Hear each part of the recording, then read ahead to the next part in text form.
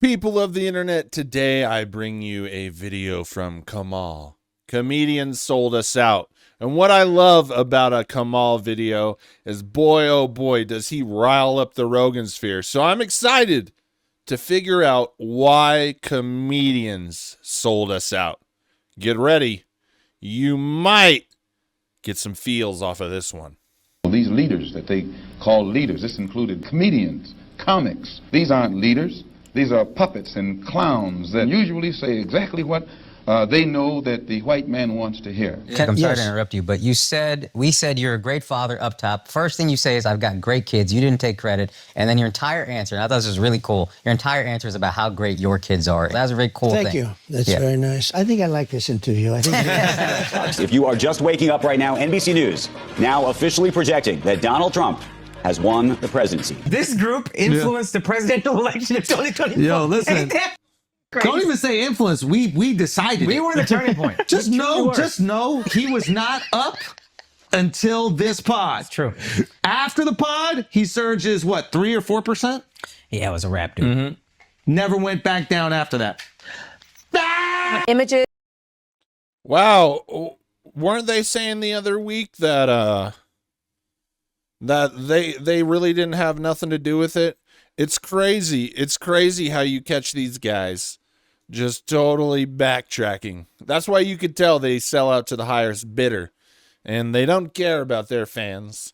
They don't care about, persuading people and to do things, standing up for things, promoting certain individuals, certain products, and then just, oh, that's not our fault. Peace. It's pretty crazy.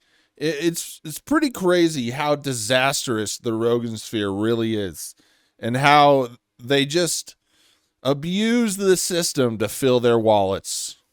Of MAGA supporters literally burning their red MAGA hats are going viral online. And all of this comes a day after Trump berated Republicans as, quote, stupid and foolish for wanting more information about the disgraced financier who died by suicide while in federal custody. You know what I'm getting a lot of? You talked to him, you platformed him, as if he was at 0%. And then we talked to him, and then he won the election. As if he had fucking no shot of winning. Hold on. People were like, this guy's a monster, he's not a human being. Then we humanize him. That's what he keeps saying. Since all this drama with the Epstein files, I've noticed that a few of these podcaster comedians have been speaking out against their little buddy Donald Trump. And no one's played the situation worse than this guy. Like, there'll be people that they'll DM me and be like, you see what your boy's doing? You voted for this. I'm like, I voted for none of this.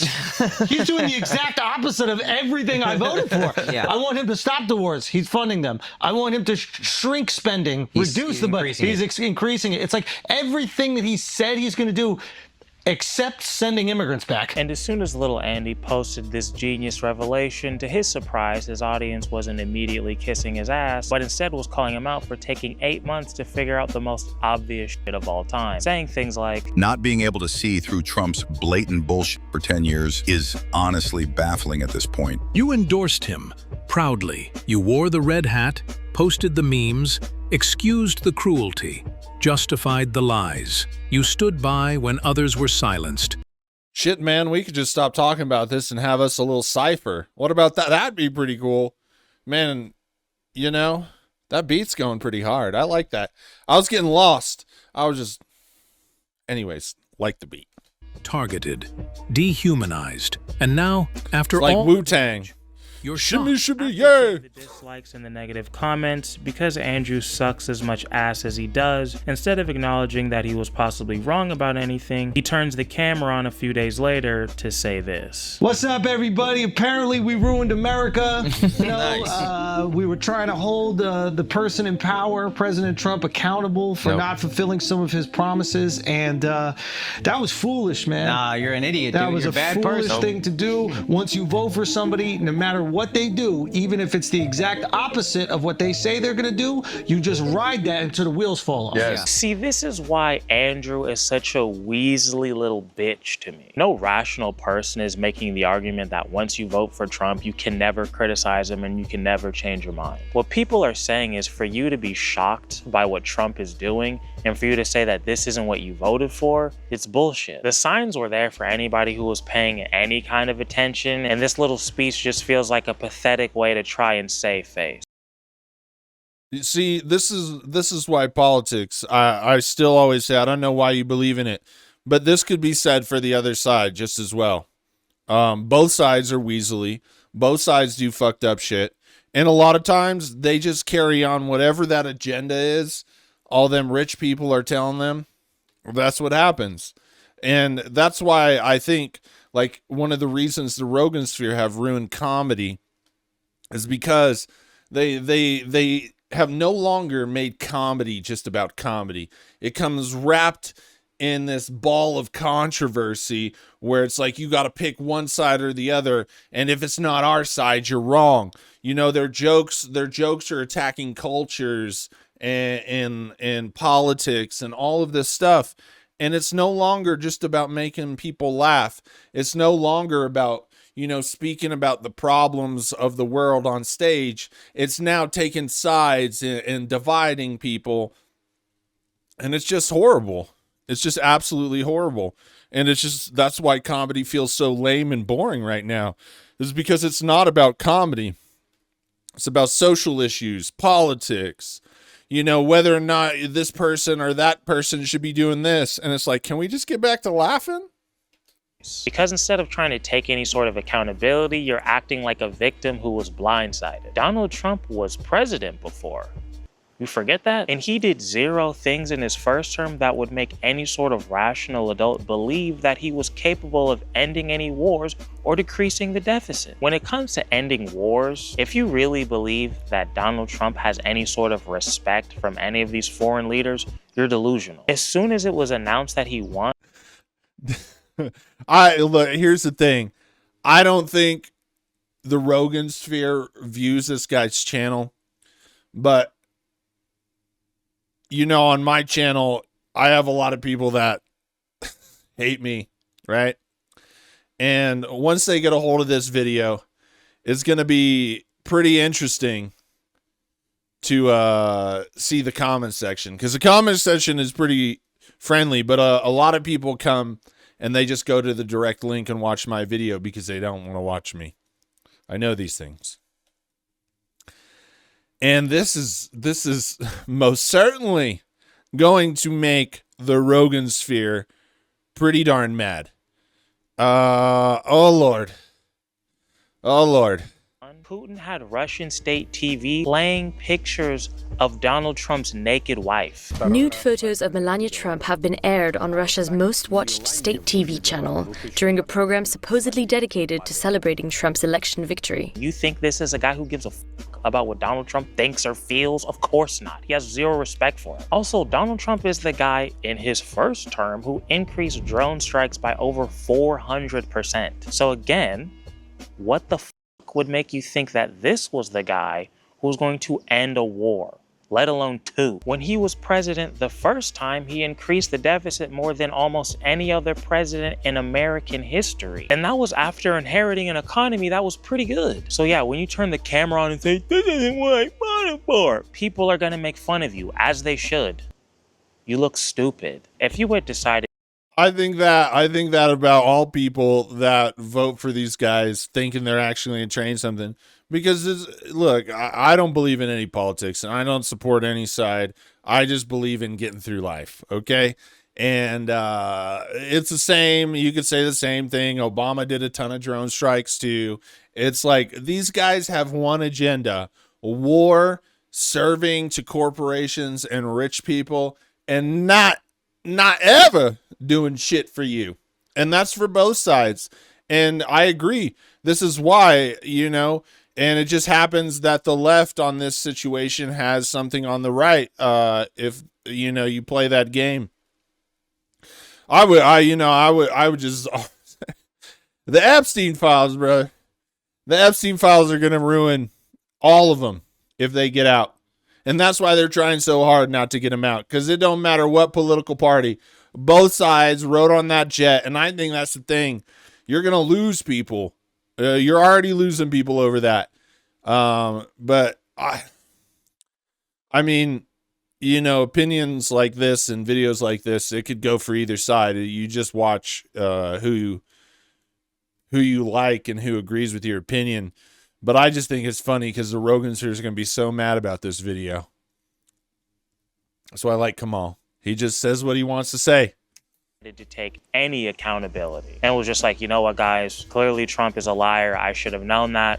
That's my bad. Let's try to move forward. If you had said anything close to that, people wouldn't have cared as much. But because you're an insufferable asshole, you don't do that and instead decide to double down on why voting for Trump was so smart. But I don't regret it at all. I don't even regret voting for him at all. Because what you've seen is all these Democrats that are starting to take up the issues that he was the one campaigning on. Ooh.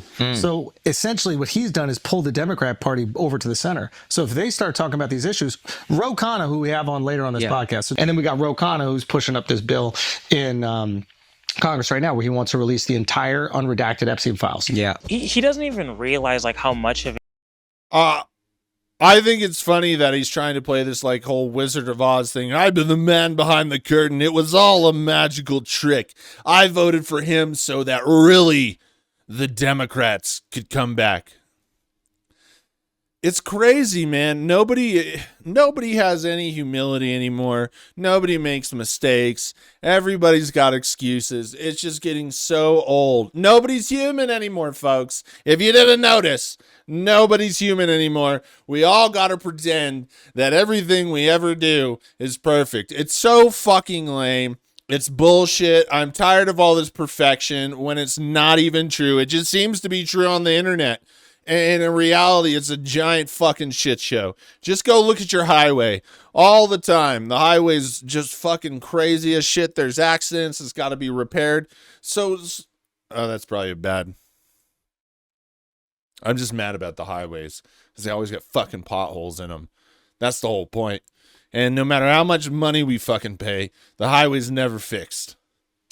An out of touch privileged asshole he is when he talks like this. And for whichever one of his ethnic ball coddlers was that hit that ooh, yeah, fuck you too. Trump hasn't even been president 9 months, and we're already at the point where we've sent hundreds of people to a crazy super prison in another country where I think it was up to 70 to 90% of them have no criminal history. We have ICE arresting people at their own immigration hearings. The tariffs, one of those two things that Donald Trump actually ran on, Walmart already said, yeah, we already increased prices in June to prepare for this bullshit. So shit's more expensive now for no fucking reason. And we fired hundreds of thousands of government employees, including people who are, I don't know, in charge of telling us about floods in Texas. And you, the obnoxious, wealthy entertainer, say you don't regret your vote because now the Democrats are talking about releasing the Epstein files.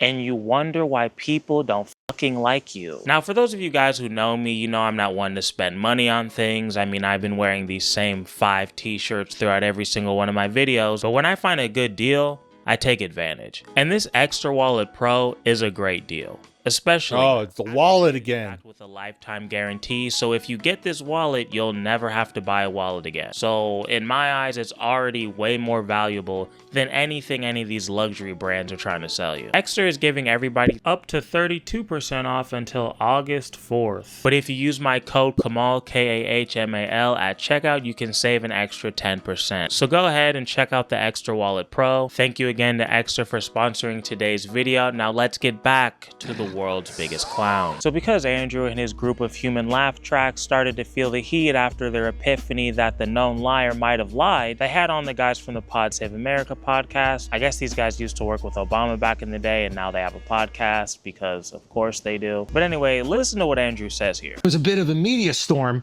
that happened after some criticisms that I had over Trump, and I had of John, and I was like, John, like, am I off on this? Like, what is the best way to handle like somebody that I voted for that is not living up to their promises? I'm criticizing them, and some responses are, well, yeah, you're a an idiot. And I was like, I don't know if that's the best way to build a coalition. First off, bitch, what are you talking about build a coalition? You just said you don't even regret voting for the guy that's causing all this bullshit. Unlike those losers sitting next to you, you don't pay us to kiss your ass and laugh at your dog shit jokes. You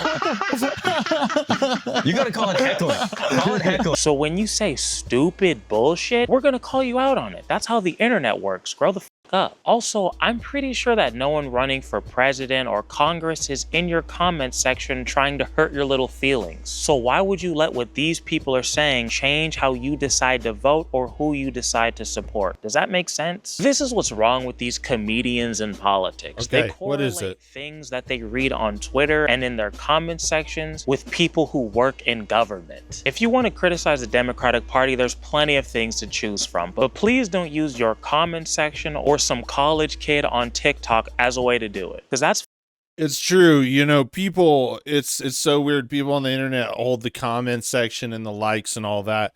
And it's like, that represents 0.0000001% of the population. And they always speak like you're this or you're that, and it can be supportive, but at the end of the day, it's like, who the fuck are you and why should I pay attention to you? It's just people trying to be heard, and they want to be heard, and that's a lot of the internet. That's why people get so offended by bans, is because you took what semblance of a voice they had away. And it doesn't even matter if they like you or not. They get so mad about it. But it's just like, hey, just like in real society, you don't fucking matter. And if you can't, like, stay on topic or whatever, like, that's not my problem. There's rules to things. And it's just like, I don't know why people take the comments so seriously. Who the fuck cares? Troll them or just move on. That's all you can do with the comment section. You can't take it seriously. And these people, they hold their lives in esteem, based on where their comments are. And, it's just wild. It's wild. It's wild to reference it. And people reference, it's like, who the fuck are these people? You're taking them so somebody said something in the comments. Holy shit. It's not that big a deal. Stupid. I've seen that little creep Tony Hinchcliffe do a similar thing. In that bullshit Twitter video people call a comedy special. I've never considered myself a very political guy. But about a month before all this happened, we found out from YouTube that there's new words that they want us to censor. New words that you have to bleep out, or you don't make money anymore. What's the logic there? You think Joe Biden's like picking up the phone, calling Susan and being like, no comedians can use these 4 words ever again. Okay, Susan? Okay, like this is a priority. If you want to criticize Joe Biden, but use your head. You sound like a fucking idiot. And to this point, I was like, I don't know if that's the best way to build a coalition. What do you think? What do you think about that, John? No, that shit drives me nuts, because I think, first of all, Trump lies a lot. He's always lied a lot. And it also assumes that every single person in America was supposed to be paying attention to like every single word that Donald Trump has ever said. Right. Yeah, I guess it's possible for the average person to fall for these lies if they weren't paying any kind of attention. But we're not talking about the average person. We're talking about multimillionaires who have huge audiences and decided to make their podcast a political one. Nobody is putting a gun to their head, forcing them to sit down with politicians and billionaires. That's what they wanted to do. And to Andrew's original point, as much as I'd love to trash on the people that voted for this man and call them stupid, I do realize that if we're gonna make it better, we're gonna need a lot of the people who voted for Trump. And I'm torn on what I'm seeing right now, because I do see Trump squirming, and I have to give credit to people like Andrew who voted for Trump but are now starting to see the light. These people have been holding. See, I can't hang there. It's just division. One side. I think both sides are terrible. There were 2 choices that were just absolute dog shit. Just 2 absolute dog shit choices. And a lot of people voted for Trump out of protest, because you can't say, before that it was any better. I mean, the only thing going right now is gas prices were going down a little, and that's about the only thing I see kind of different. Before, I remember last year and the year before that paying like $3-4 a fucking gallon for gas, right? And people act like it was better before. I mean, I'm not for either side, and I could see both sides being equally as dumb. Before we had a guy that didn't even know what the fuck was going on. Now we have a guy that's got a giant ego. You can't win with politics. I wish people in the light. There is no light. There's no light in politics. One side is just as dumb as the other. They're both full of shit. They both serve corporations. And if you haven't noticed, I mean, we've been at war since I got out of high school. And we've had both sides do their thing multiple times. Ain't nothing changed. I don't know why people don't wake up to this. I mean, there's many a truths in life. And one of the truths in life, well, there's not many a truth, but if there were truths in life, one would be don't trust a fucking thing politicians say. Follow the money. So I don't like these statements like come see the light. What light? I ain't seen light the whole time I've been paying attention to politics. There ain't never been no light. All there's been is bombs dropping and us paying more and more and more, and prices just keep going up and up and up and up. And once they get a price up to here, ain't never going back down. That's all I see. I see the same thing. Both parties come see the light. That's questionable. This is questionable. What light? Show me the light first, and then we can agree if we see it. Trump's feet to the fire about this Epstein shit. And it's really just becoming more and more obvious how corrupt he is. And that's a good thing. But also, I can't ignore the side of my brain that thinks, really, this is what made you see the light, Andrew? You really thought that the guy who was best friends with the most famous child sex trafficker of all time was not only definitely not on this Epstein list, but was also going to be the one to drain the swamp and expose all these corrupt billionaire pedophiles? Really? This guy? By the way, your daughter. She's beautiful. Can I say this? A piece of ass. Yeah. She looks more voluptuous than ever. She's actually always been very voluptuous. The man who's been publicly accused of groping women with Jeffrey Epstein, the guy who bragged about going into women's locker rooms because he owns the pageant to be a creep and look at them when they're naked, that guy? Well, I'll tell you the funniest is that I'll go backstage before a show. Yes. And everyone's getting dressed and ready and everything else. And, no men are anywhere. And I'm allowed to go in because I'm the owner of the pageant, and therefore I'm inspecting it. I'm inspecting. I want to make sure that like everything is good. You're there. Yeah, the dress. Is everyone okay? They're standing there with no clothes. Is everybody okay? And you see these incredible-looking women, and so I sort of get away with things like that. You thought that was going to be... Here's something I noticed, and I notice it on YouTube as well. And hey, it's just, I like to call it a darkness. There's a darkness in this world, and for some reason, it's always centered around, I don't even want to go there.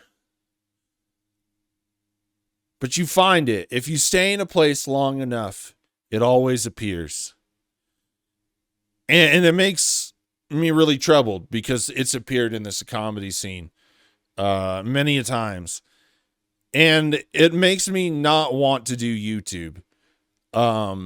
And I think before, in a previous part of my life, it's what made me give up what I had before on social media. I always come to this point, and I felt it. I think because I'm older, I try to feel like I can handle things a little better. I don't really care that much. I make videos for fun, and then that's it, right? But there's just a darkness, man. And you run into it. It comes out. If you stay in a place long enough, you eventually see it. And it just makes the internet, in a way, kind of scary. And not scary in a way like you scary in a way that you can't believe it's true. And you can't believe that people do these things. And to be honest, seeing it again on YouTube in various forms over the past couple years,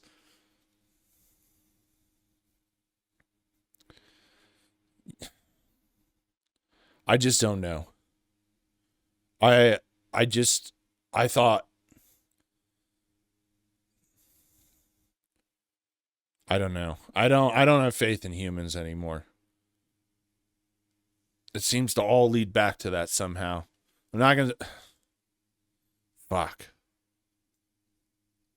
Be the guy who was gonna bring down all the sick perverts. Really? Like, what the fuck were you? What? Bro, what? But anyway, unfortunately for all of us, Andrew Schulz is not the only podcast comedian who's coping with this Trump and Epstein shit. Because Andrew and Tim Dillon both believe that it's very possible that the only reason Trump hasn't released all these files is not because he's on the list, but because the FBI or the CIA is threatening Trump's life. I think Trump knows they'll kill him. I believe he knows that. I believe he knows that the people that killed all of those people would find a way to kill him if this came out. They could have come up to him and be like, we missed on purpose, right? The guy who had the perfect shot on you from 100 meters away or whatever, like, we missed on purpose. You didn't look at a fucking sign. Looking at the sign got you closer.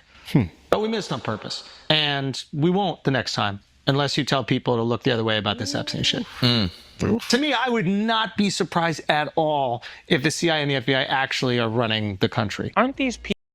See, this is a thing okay, sure. They could take him out. But the thing is if those files get out, not only will Trump be exposed to a certain degree, but our entire power structure across the world would be exposed. And the thing is those people would lose control. And they can't. And they'd rather think this. They'd rather think you everything. They'd rather have you think anything and everything but what's in those files to expose them. Because once they're exposed, there's no coming back from something like that. You could look at the internet. It's full of cancellations, all of this stuff. But when it comes to something like that, the majority of people are not going to have it. And they're not. I think there's going to be a leak. There's going to be something. People are not letting this go. And you could trivialize it and say, is that the thing? Well, yeah. Yeah, when people do that kind of stuff, yeah, that is the thing. A lot of people had hope. And a lot of people, just like with your party or this party over here, a lot of people look other ways. But people don't look. Most people don't look the other way on stuff like that. And it's just a matter of time. This thing, they're not letting it go.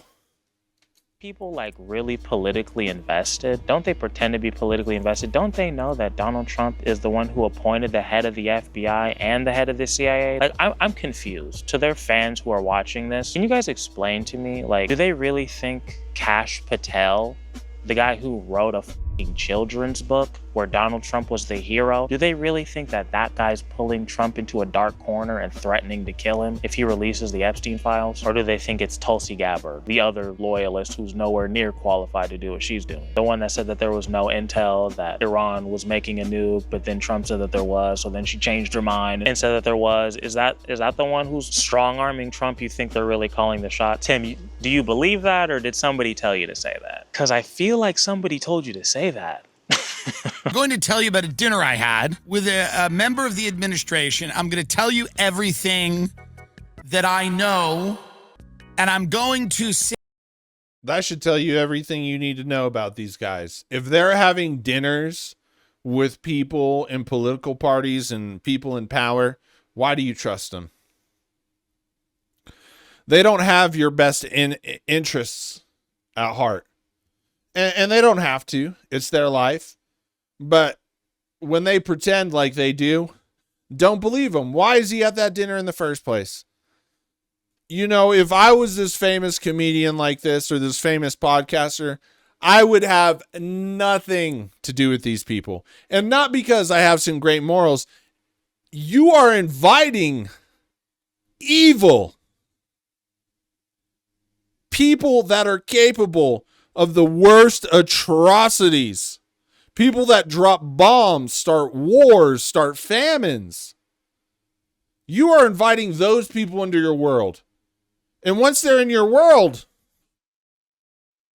and if you do something that they want you to do, you're just inviting a lot of chaos into your world that does not end good.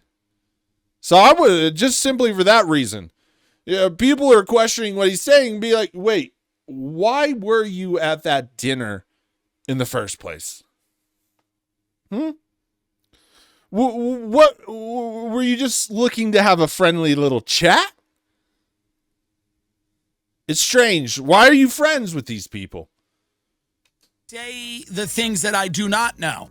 And I am also not going to attest to the veracity, Google it, of the information. When Pam Bondi came out and said, I have 10,000 hours of evidence, what has been told to me is that that is Epstein downloaded from the internet.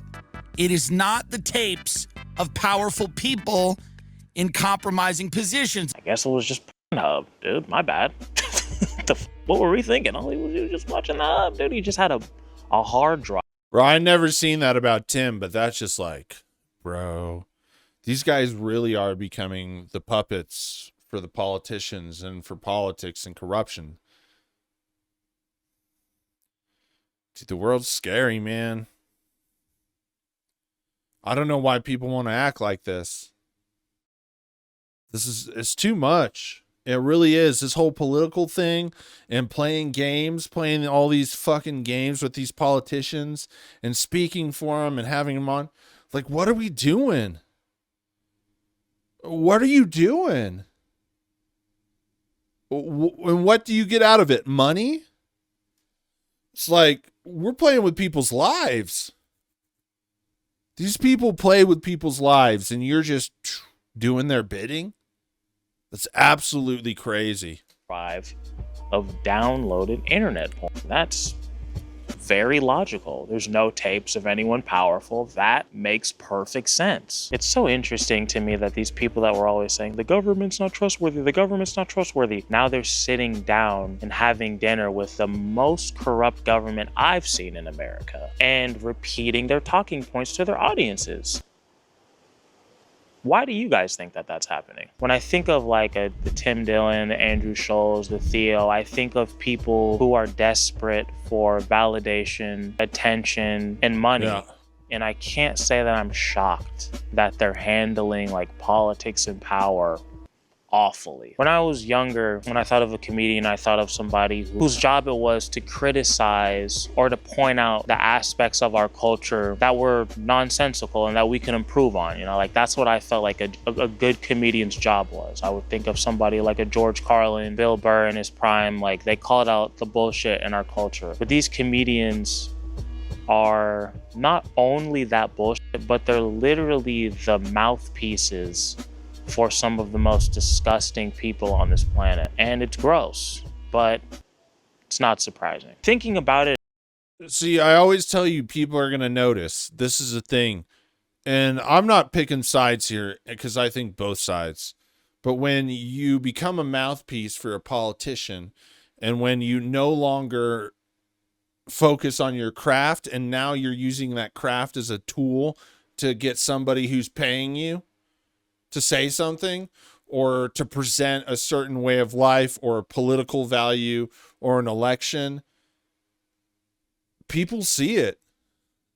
I know this video is hanging heavy Democrat, but you should see what both sides. This is how it is. If this was the other way around. When there was Biden, these videos were getting made. And these videos are getting made about Democrats right now and future Democratic candidates. But you should see the point of this video is there is no winning. We've taken all the trust out of our communities, out of ourselves, and we're handing it over to people that are absolutely fucking worthless and don't give a shit about anything but enriching themselves, their donors, and their masters. That's it. If you want to take the power back, start with you and stop believing in these people. In hindsight, it makes perfect sense why Donald Trump would want to be on their podcast. It's already been said that he was ducking anybody who was going to ask him real questions. I'm telling you guys, this did happen. Like, I had multiple Trump interview requests in, and they were basically like, no. And I heard it off the record. Yeah. It's like, bro, you're going to ask him 2 hard questions. Like, this, it was quite literally told to me, right?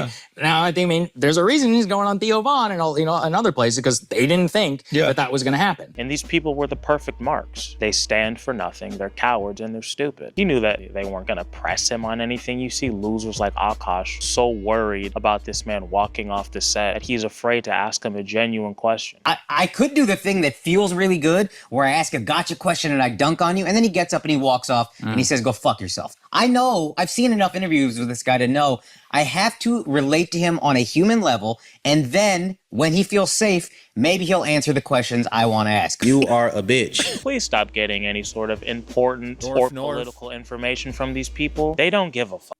I mean, look how Andrew responds when asked about how he handled the Trump interview. In your interview with Donald Trump, do you feel like you did sort of the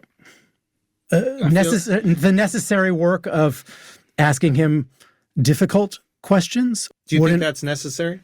Yes. What I'd like to see more is people asking the questions that they are curious about themselves, instead of trying to pander to what their audience is curious about. Nigga, what? Imagine you watching right now. If you had the opportunity to interview a presidential candidate, could you honestly imagine caring that little about what your audience wants to know? During a presidential election, to think of that as pandering? This is how disconnected these people are. They're broken. I wish I could say that their audience has figured it out and they're not going to talk to politicians anymore, but that would be a lie. My guess is that as Trump becomes more and more like openly corrupt, more people will figure it out that this guy's a psychopath, and these comedians are just going to have on like more left-leaning people. Like, clearly the Democratic Party figured out that they fucked up by not going on these podcasts, and I think we're going to see more people like Pete Buttigieg and Bernie, and probably around during primaries. So, and I mean, Joe Rogan's already doing that. Joe Rogan, you could see Joe Rogan is managed. You think he always does, oh, dude, no. That guy has a PR team, and they already knew this. He's shifting already. He had that. What did he have on the other day? That guy that he said, that Democrat guy, he said he should run for president. You see this. I think even though this video is very one-sided, it points out the flaws of both parties. They both do this. It's just still crazy that people believe in it. You know, like, come see the light. What light? There were no light before and there are no light after. And if you guys are wondering why I didn't mention Joe in this video, that's because I gave him his own separate video. That's on its way. If you want to watch it, it's actually on my Patreon right now for free. So you can go watch that before it comes out. Uncensored. You're welcome.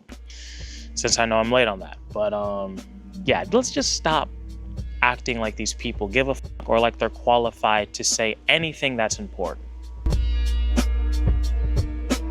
There you go. Good video about how politics are absolute shit.